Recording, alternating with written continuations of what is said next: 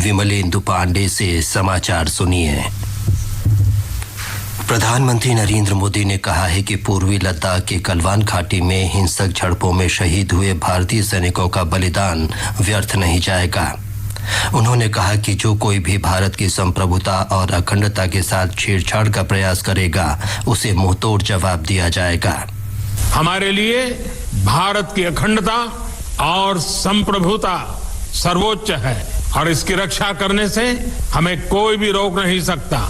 इस बारे में किसी को भी जरा भी भ्रम या संदेह नहीं होना चाहिए।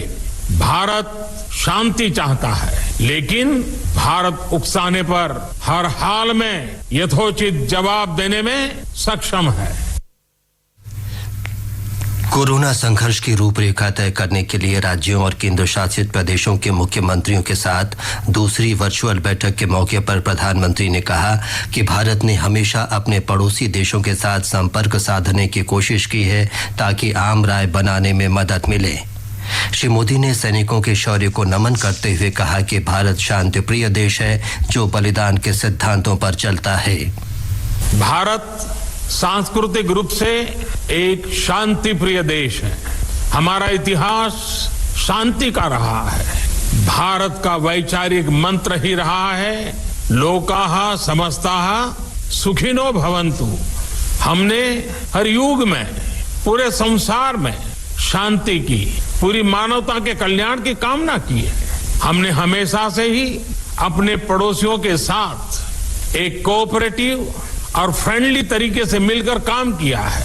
हमेशा उनके विकास और कल्याण की कामना की है। जहां कहीं हमारे मतभेद भी रहे हैं, हमने हमेशा ही ये प्रयास किया है कि मतभेद विवाद न बने, डिफरेंसेस डिस्प्यूट्स में न बदले। प्रधानमंत्री और वर्चुअल बैठक में शामिल सभी मुख्यमंत्रियों ने गलवान घाटी के शहीदों के सम्मान में खड़े होकर 2 मिनट का मौन रखा और उन्हें श्रद्धांजलि अर्पित की।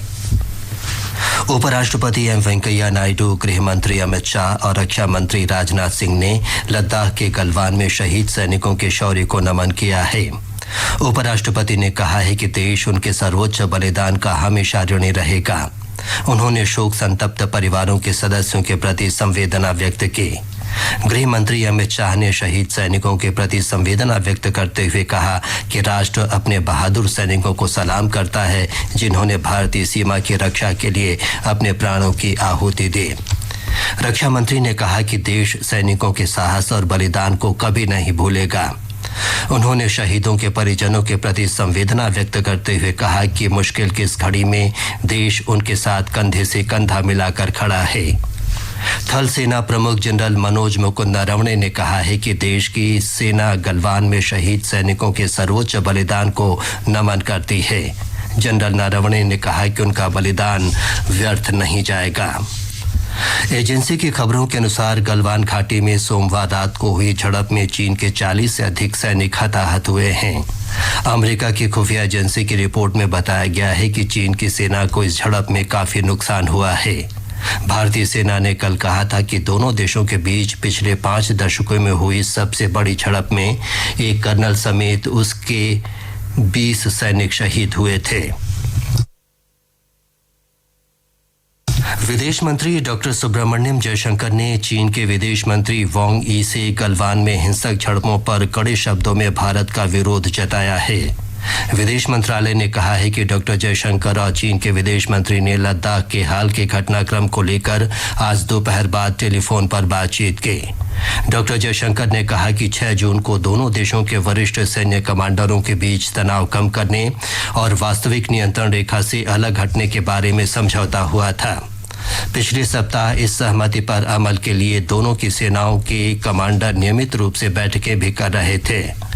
इसमें कुछ प्रगति भी हुई, लेकिन गलवान घाटी में वास्तविक नियंत्रण रेखा के भारत वाले हिस्से में चीन की ओर से ढांचे खड़े करने के प्रयासों से ये विवाद पैदा हुआ। चीन ने पहले से तैयार अपनी योजना के अनुसार कार्रवाई की, जिससे ये हिंसक घटना हुई और सैनिक हताहत हुए। इससे यथास्थिति बनाए रखने के बारे में पिछले सभी समझौतों का उल्लंघन करते हुए जमीनी तथ्यों को बदलने के चीन के इरादे का पता चलता है। रक्षा मंत्री राजनाथ सिंह ने आज नई दिल्ली में आयोजित एक बैठक में लद्दाख की स्थिति की समीक्षा की। इस बैठक में प्रमुख रक्षा अध्यक्ष जनरल बिपिन रावत, थल सेना प्रमुख जनरल मनोज मुकुंद नरवणे, नौसेना प्रमुख एडमिरल करमबीर सिंह और वायुसेना प्रमुख air chief marshal RKS Bhadauria ने हिस्सा लिया। प्रधानमंत्री नरेंद्र मोदी ने देश के बड़े नेताओं के साथ भारत चीन सीमा की स्थिति पर विस्तार से चर्चा के लिए शुक्रवार को सर्वदलीय बैठक बुलाई है। विभिन्न दलों के राष्ट्रीय अध्यक्ष इस वर्चुअल बैठक में भाग लेंगे। पूर्वी लद्दाख की गलवान वैली में हाल में हुई हिंसक झड़पों को देखते हुए ये बैठक महत्वपूर्ण मानी जा रही है। ये समाचार आकाशवाणी से प्रसारित किए जा रहे हैं।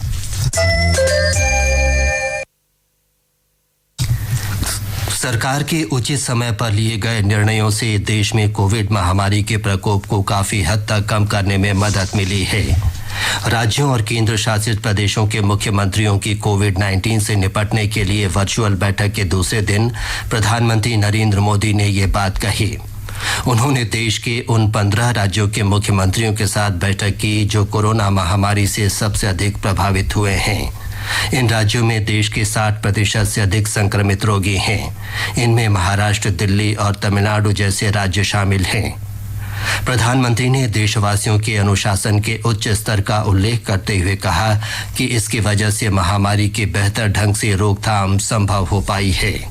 समय पर उठाए गए सही कदमों के कारण हम सभी इस बड़े खतरे का मुकाबला कर पाए हैं। लॉकडाउन के दौरान देश की जनता ने जो अनुशासन दिखाया है उसने वायरस की एक्सपोनेंशियल ग्रोथ को रोका है। चाहे इलाज की व्यवस्था हो, हेल्थ इंफ्रास्ट्रक्चर हो, ट्रेन मैन पावर हो, हम कहीं ज्यादा संभली हुई स्थिति में है। देश में कोविड से स्वस्थ होने वालों की दर 52.79% हो गई है। अब तक 1,86,935 संक्रमित रोगी ठीक हो चुके हैं। पिछले 24 घंटों के दौरान 6,922 लोग ठीक हुए हैं। कुल 1,55,257 रोगियों का उपचार चल रहा है। स्वास्थ्य मंत्रालय ने बताया है कि पिछले 24 घंटों के दौरान कोरोना के 10,974 नए मामले सामने आने के बाद कुल संक्रमित लोगों की संख्या 3,54,065 हो गई है। पिछले 24 घंटों में इस वायरस से 2,003 मरीजों की मृत्यु हुई। इसके साथ ही मृतकों का आंकड़ा 11,903 पर पहुंच गया है। सरकार ने कहा है कि किसानों से अब तक 382 लाख टन गेहूं की रिकॉर्ड खरीद की गई है। इससे पहले वर्ष 2012-13 में 381.48 लाख टन की खरीद हुए थे। उपभोक्ता मामले, खाद्य और सार्वजनिक वितरण मंत्रालय ने कहा है कि पहले लॉकडाउन के कारण खरीद शुरू होने में एक पखवाड़े की देरी हुई, जो बाद में गेहूं आधिक्य वाले ज्यादातर राज्यों में 15 अप्रैल से शुरू हो पाई। मंत्रालय ने कहा है कि किसानों से सुरक्षित और बिना किसी देरी के गेहूं की खरीद के लिए राज्य सरकारें और भारतीय खाद्य निगम के नेतृत्व वाली सभी सरकारी खरीद एजेंसियां अथक प्रयास कर रही हैं। इस वर्ष परंपरागत मंडियों के अलावा सभी संभावित स्थलों पर खरीद केंद्र खोलकर ऐसे केंद्रों की संख्या 14,000 से बढ़ाकर लगभग 22,000 कर दी गई है। केंद्र शासित प्रदेश जम्मू कश्मीर को समूचे प्रदेश में ग्राम पंचायतों के जरिए सामाजिक और आर्थिक विकास में उत्कृष्ट योगदान के लिए प्रतिष्ठित दीनदयाल उपाध्याय सशक्तिकरण पुरस्कार दिए गए हैं। राजौरी जिले की पंचायत रठाल और बड़खाना तथा पुलवामा जिले की पंचायत मीज को बेहतर प्रदर्शन करने वाली पंचायतों के रूप में चुना गया है। इन पंचायतों ने सामाजिक आर्थिक विकास के लिए सेवाएं प्रदान करने और विभिन्न योजनाओं पर अमल करने में सराहनीय कार्य किया है। भारत द्वितीय विश्व युद्ध में विजय की 75वीं वर्षगांठ के अवसर पर मॉस्को में आयोजित सैन्य परेड में भाग लेने के लिए तीनों सेना के 75 सदस्यीय दल को वहां भेजेगा। ये परेड दूसरे विश्व युद्ध में रूस और गठबंधन देशों के सैनिकों की वीरता और बलिदान का सम्मान करने के लिए आयोजित की जा रही है। इसके साथ ही ये समाचार बुलेटिन समाप्त हुआ। तमाम दिन भर की खबरों के लिए चैनल को सब्सक्राइब करें और वीडियो को शेयर करें।